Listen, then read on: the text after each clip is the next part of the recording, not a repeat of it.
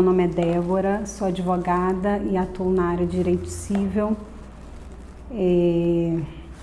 Estamos vivendo um momento, né, de pandemia, onde esse coronavírus trouxe muitas instabilidades, né, até para a relação jurídica, né, até para o mundo jurídico, muitas dúvidas de como proceder aos contratos, como que vão ficar os contratos, né, nesse período.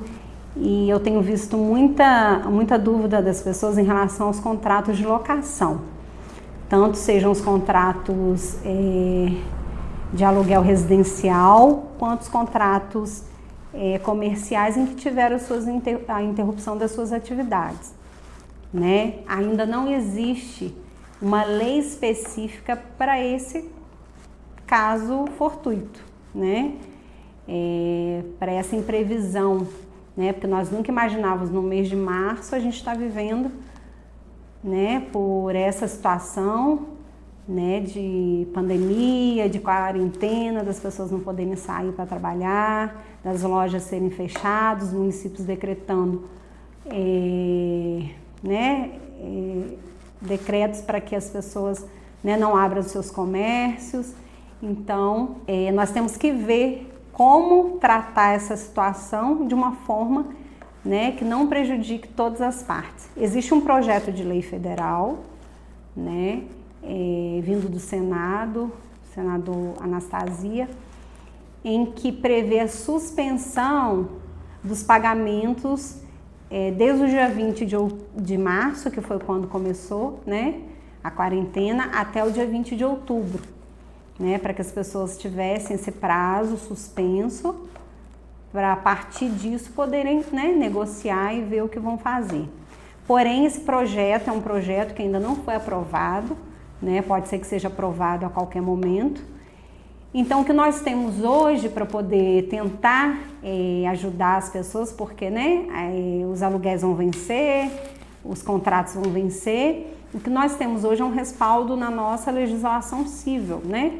O que já existe hoje, que a gente pode se basear, é a legislação civil, né?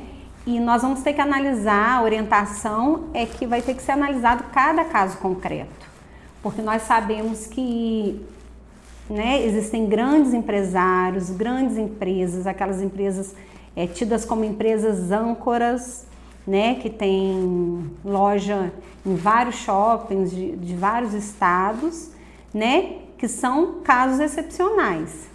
Essas pessoas, esses empresários têm um caixa, né, eles conseguem se sustentar no meio de uma crise, né? Então, no mesmo shopping pode existir uma loja, ou numa mesma comércio, né, de centro de uma cidade, de um município, pode ter uma loja, uma franquia, né, que em meio à crise não vai abalar, eles não vão precisar deixar de pagar esse contrato. Porém, existe aqueles empresários individuais que só tem aquela loja específica, né? Tem uma loja no centro da cidade, mas é a única loja que ele sustenta a família, que é dali que ele tira o seu próprio sustento, dali que ele cresce, ou no shopping. E são esses casos que eu vejo a necessidade de serem revisados, né? Porque uma pessoa que tem uma única loja, que é um empresário individual, ficar 3 meses, 15 dias já afeta na sua economia, né, na sua situação financeira. Então eu vejo que nesses casos, esses contratos devem ser revistos, né? Então a primeira orientação é que fosse feito de uma forma amigável. A gente tem prezado, né, orientar para que tudo seja feito de uma forma conversada, né? Até porque as pessoas, né, estão sabendo que não é má fé, não tem ninguém agindo de má fé, até, né, a gente parte desse pressuposto de que as pessoas não estão agindo de má fé, né? É uma situação que realmente pegou muitas pessoas desprevenidas, e tentar resolver de uma forma amigável, né? Nesse caso, seria até aconselhável procurar um advogado que colocassem locador e locatário, né, e conversasse sobre a possibilidade de um acordo, né, e aí fosse feita uma notificação extrajudicial, que é um documento né, para que o locatário passe para o locador da dificuldade dele, que a entrada dele parou, que a situação financeira dele está ruim. Então é um documento que ele tem para ele comprovar, né, que a situação mudou, né? Ou seja, o contrato que ele assinou lá atrás, ele tinha condição de cumprir. Diante dessa situação, né, diante dessa imprevisão, ele não tem mais hoje condição de cumprir. Então ele vai fazer isso via uma notificação, né, mostrar para o locador que ele não tem condição, né, e tentar resolver da forma amigável, o mais amigável possível. Essa é a primeira orientação.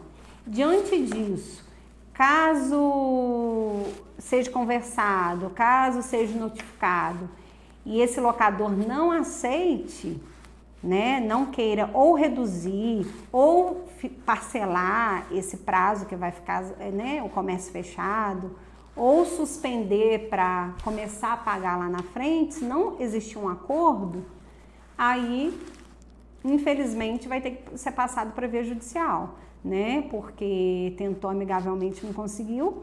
O que a gente orienta é que seja procurado, né, ou acionado o judiciário, né? E como nós falamos no início, não existe lei específica pro caso da pandemia, né? Tem sido tramitado aí o projeto de lei, mas ainda não saiu. Então a gente precisa usar o que a gente tem hoje no nosso ordenamento jurídico, né? No nosso Código Civil, que dá margem para isso.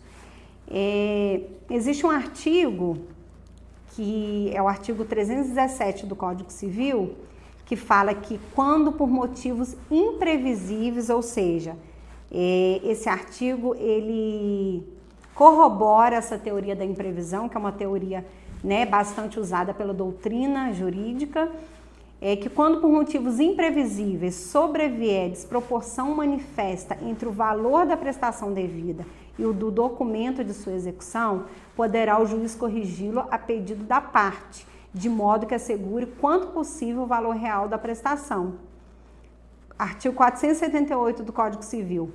Nos contratos de execução continuada ou diferida, se a prestação de uma das partes se tornar excessivamente onerosa, com extrema vantagem para a outra, ou em virtude de acontecimentos extraordinários imprevisíveis, que eu vejo que se enquadra aqui, né, a situação da pandemia, poderá o devedor pedir a resolução do contrato. E existe o artigo 19 da Lei do Inquilinato, né, que não havendo acordo, o locador ou locatário, após 3 anos de vigência do contrato, do acordo anteriormente realizado, poderão pedir revisão judicial do aluguel, a fim de ajustá-lo ao preço de mercado. Então, não havendo acordo, né, entre as partes, a notificação extrajudicial não acontecendo acordo, a gente aconselha, temos essa margem nesses artigos para que seja interposta uma ação judicial, porque aí o juiz vai determinar. E nesses casos, eu vejo que tem que ser, os empresários têm que ter rapidez para resolver, porque, né, a gente sabe que o cenário depois disso tudo vai passar, né, o cenário vai voltar ao normal, mas se ele não tomar uma atitude para diminuir essas despesas que ele tem mensais e que não tiveram lucro, a situação dele financeira pode vir a ser muito fatal e ele nem conseguir se reconstituir lá na frente.